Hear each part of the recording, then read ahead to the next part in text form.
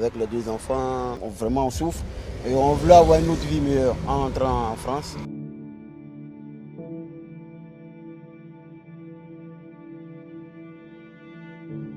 On était, comment on appelle ça, en Italie avec madame. Et bon, compte tenu de la vie, on ne se sentait pas, ça n'est pas. Donc on est dans le train et c'est comme ça qu'on a décidé de venir, comment on appelle ça en France. Et on est arrivé là, on a pris le train et les gars nous ont arrêtés à la frontière. Donc c'est comme ça qu'ils ont décidé, ils nous ont dit de retourner en Italie. Oh, le voyage était pénible avec madame, vraiment pénible. On est passé encore par la route, par le désert. Vraiment c'était pénible. C'était vraiment pénible. Vraiment moi-même j'ai eu de la souffrance avec madame. C'est là où on s'est fait attaquer.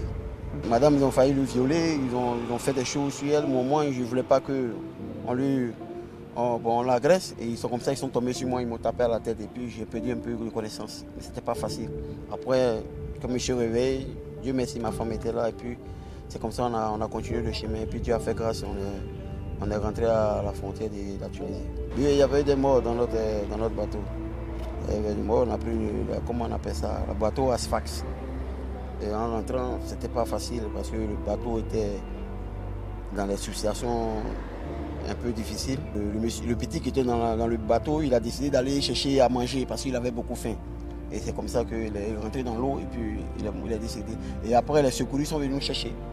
Et c'est dans ça maintenant, on est rentré à Lampedusa. On a cherché le corps de notre ami, on ne l'a pas trouvé.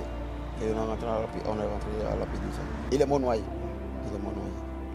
Donc c'était un peu le parcours. Maintenant avec madame,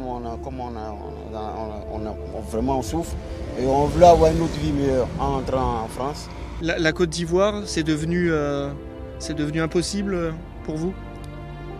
Impossible pour moi avec madame impossible, mais pas, bon je sais pas, sinon je sais qu'il y a d'autres qui vivent mieux en Côte d'Ivoire.